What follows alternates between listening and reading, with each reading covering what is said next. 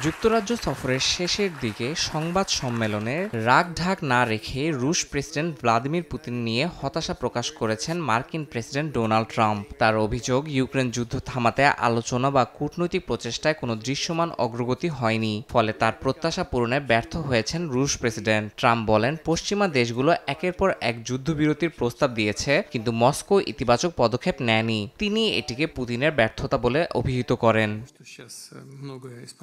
ইউক্রেনের সঙ্গে সংঘাতের মধ্যে সংসদীয় নেতাদের সঙ্গে বৈঠক করেন রুশ প্রেসিডেন্ট ভ্লাদিমির পুতিন। স্থানীয় সময় বৃহস্পতিবারের এই বৈঠকে পুতিন বলেন, রাশিয়ার অর্থনৈতিক প্রবৃদ্ধি ধীর হওয়ায় একেবারেই পরিকল্পিত সিদ্ধান্ত। মুদ্রাস্ফীতি নিয়ন্ত্রণ ও সামষ্টিক স্থিতিশীলতার স্বার্থে এই নীতি অবলম্বন করা হয়েছে। যদিও রুশ কেন্দ্রীয় ব্যাংকের তথ্য অনুযায়ী টানা 2 কোয়ার্টারে জিডিপি হ্রাস পেয়েছে, যা অনেকের কাছে প্রযুক্তিগত মন্দার ইঙ্গিত দেয়। তবে পুতিন জোর দিয়ে বলেন, দেশ এখনো মন্দা থেকে অনেক দূরে।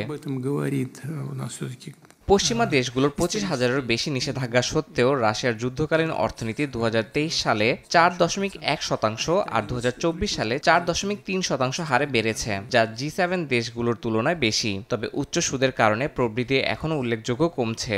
বাজেট ঘাটতি সামলাতে ভ্যাট বাড়ানো ও বিলাসবহুল পণ্যে কর আরোপের বিষয়টিও সরকার বিবেচনায় নিচ্ছে বলে ইঙ্গিত দিয়েছেন পুতিন।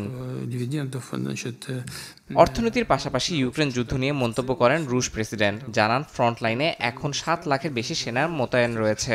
তিনি বলেন, এই মোতায়েন যুদ্ধক্ষেত্রে রাশিয়ার সক্ষমতাকে আরও শক্তিশালী করেছে।